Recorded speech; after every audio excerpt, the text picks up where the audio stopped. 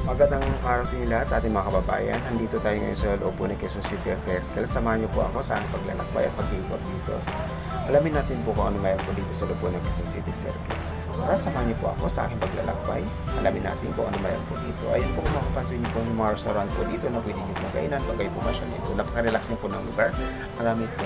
Tara, samahan niyo po ako sa aking pag-ikot.